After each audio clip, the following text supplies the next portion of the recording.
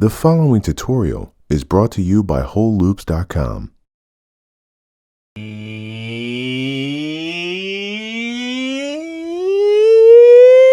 It's production time. I'm Reed Stefan, realist puppet in the game. Today, we are going to assemble Waves vocal sauce from scratch using Ableton 10 audio effect rack. So the very first step is to grab an audio effect rack and drop it onto any channel. Enable this view and this view. And we're going to start out by just doing all the pretty stuff. So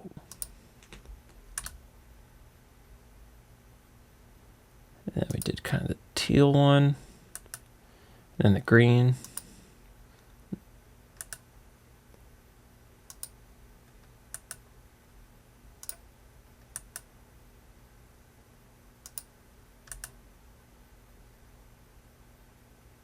And then pink. Now we're going to go ahead and name everything. I like to name things with the caps lock on. I find it easier to read, especially in the Ableton font.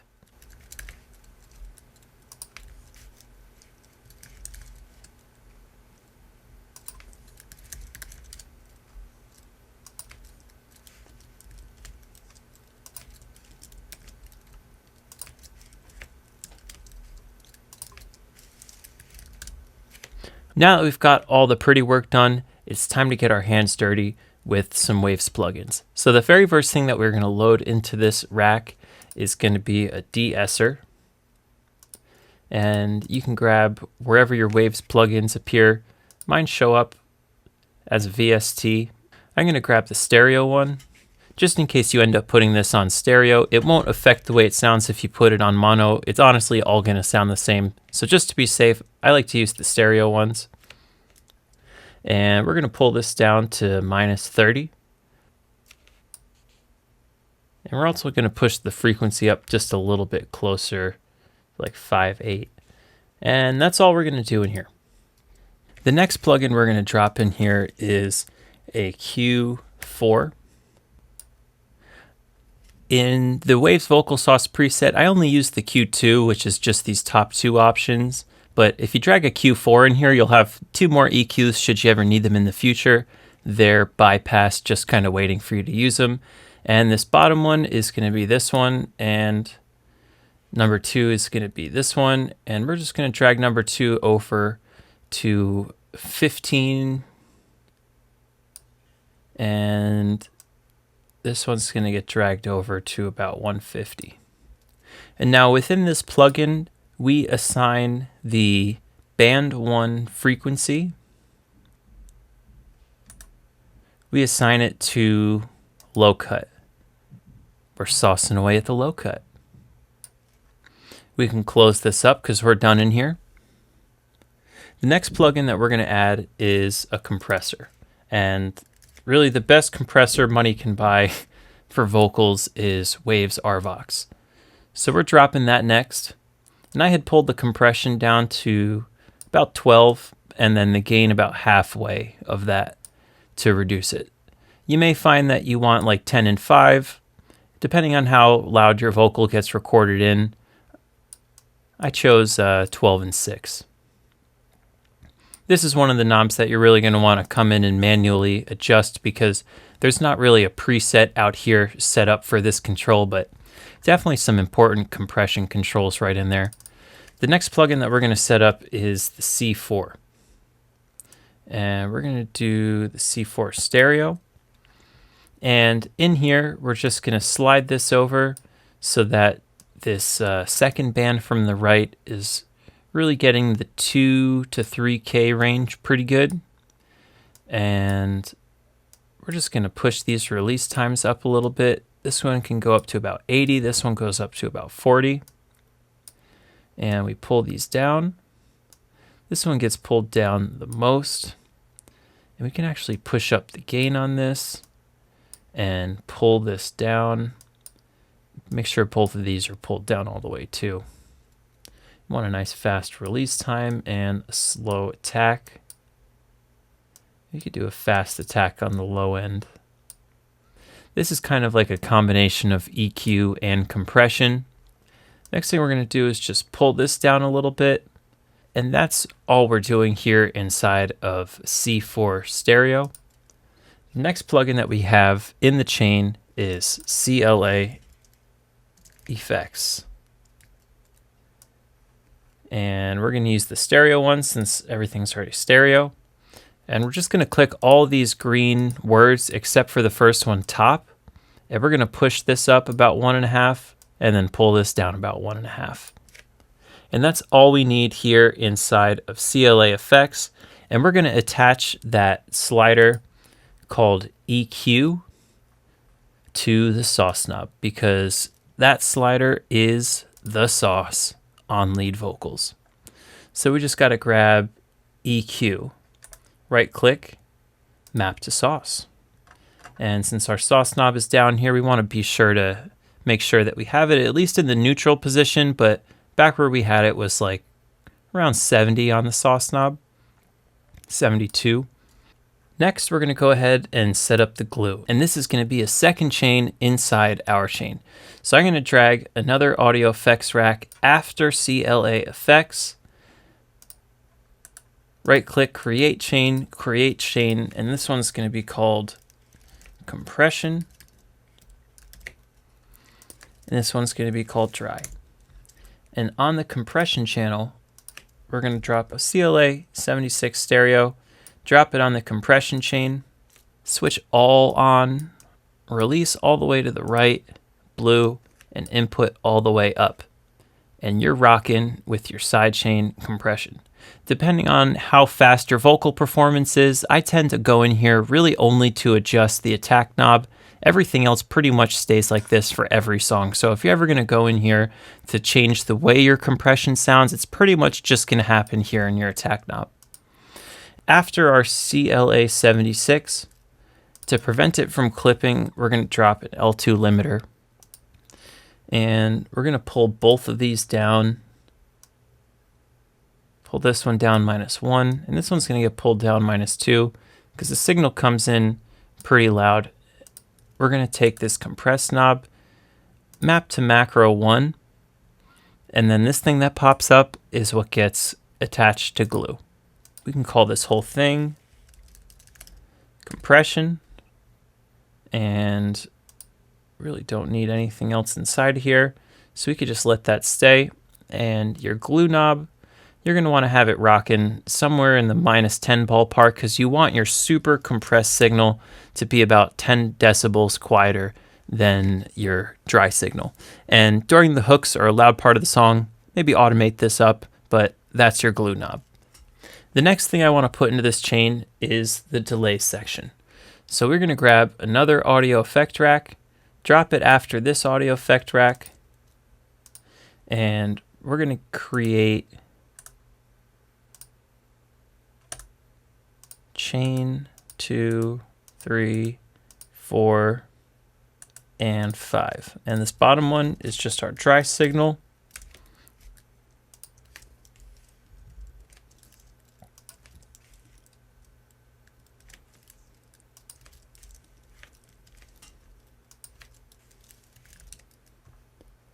And for all these, they're going to be getting an H delay.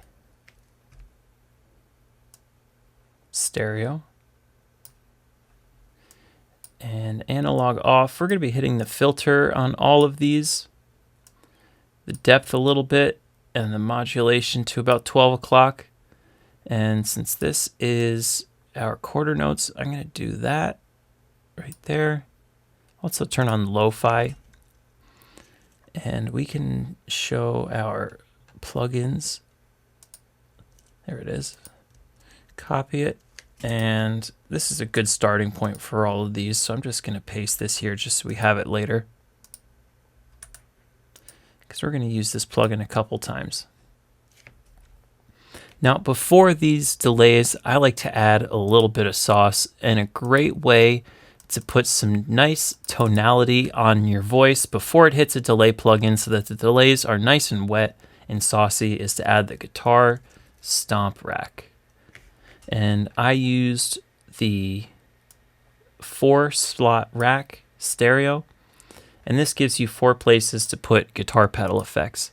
The first effect I added was a compressor, and the only knob I really changed in the initial preset is that one. Next slot is a reverb. Same thing with this, didn't go too far from the initial preset. These pedals all sound pretty cool just from the jump, so you don't need to do much. Next thing is a really important one, and this is a 16th note. You see right there that little font that says 16. And I hit the vibe and the tremolo, both pointing pretty much to the left. Just a little bit below that, but pretty much pointing to the left.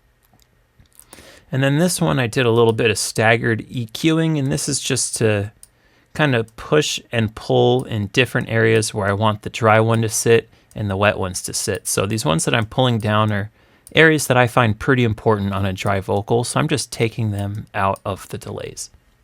Cool. Now we can also copy this guitar stomp because we're going to be doing something similar to this in the next channel down. So here on our quarter note delays, the first thing we got to do is just change our delay plugin.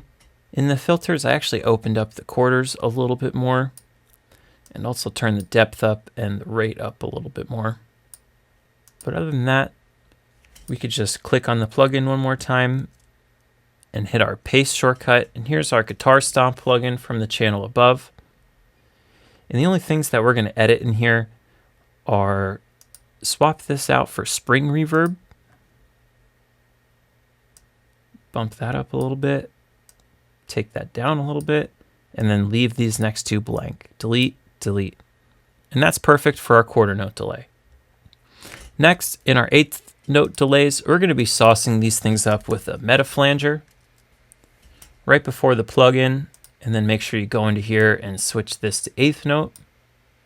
Also, we're going to be hitting these with even more depth and even more rate and a little bit less feedback. And instead of ping pong, we're just going to do the out of phase right channel just for something a little bit different. And then here in the meta flanger, we're just going to turn the mix down to 20 and the stereo all the way up. Boom. Mix 20, stereo all the way up. And everything else in there is good, except for after this, we're going to add a plugin called Center. Because we're not doing ping pongs on this one, I just want to pull the mids down and push the sides up a little bit. So I pulled them down about 3.5 and pushed these up about 1.5. And now we're on our slap delays. I like to use a 16th note triplet for the slap. Open up the low pass pretty high, turn this to about 12 o'clock, and then push this the highest one yet, up to maybe like 10 or so. And then again with the rate, highest one yet. And these need a really low feedback. So, or just above off is all we're going to need for that. And to sauce these things up, we're going to add an EQ and really boost the mids on just the slaps, not on the dry signal, just the slaps. So we're going to drag this right next to the H delay so that this is only affecting that. And we're just going to do a nice big boost here. And also we're going to do a nice attenuation of 100, and a sharp point on the EQ is perfect, so we don't have to move that knob.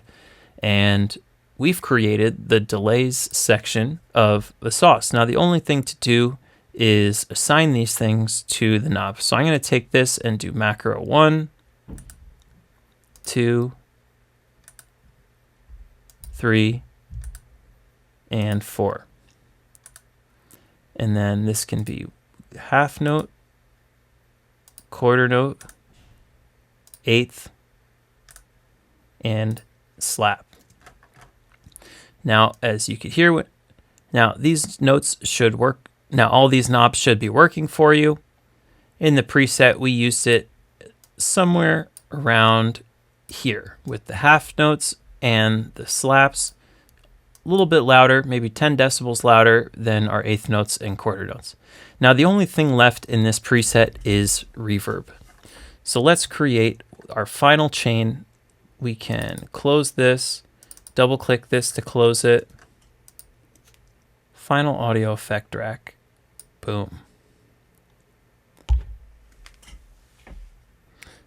inside this, we're going to create a chain, 2 and 3 chains. This top chain is going to be called dry.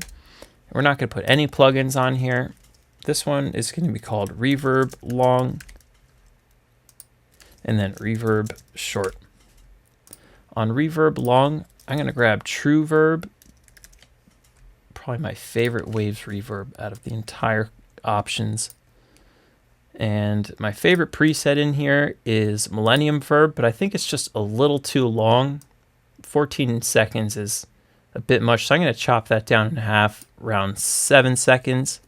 To control the S's going into the reverb, because this reverb is really sensitive to S's, I'm just going to do another de-esser. De-esser stereo, and make sure you drop it before the true verb, and we're going to de-ess this at about 40. And this is de-essing what's triggering the reverb to make it a little bit more dull, and that'll help the reverbs compete less with the lyrics. Really important little trick. And then after that, we're going to do center. And we're going to pull the mids out of this just so it doesn't compete with, again, the dry vocal so much. And we can push the sides up to compensate for the little loss in volume that you get.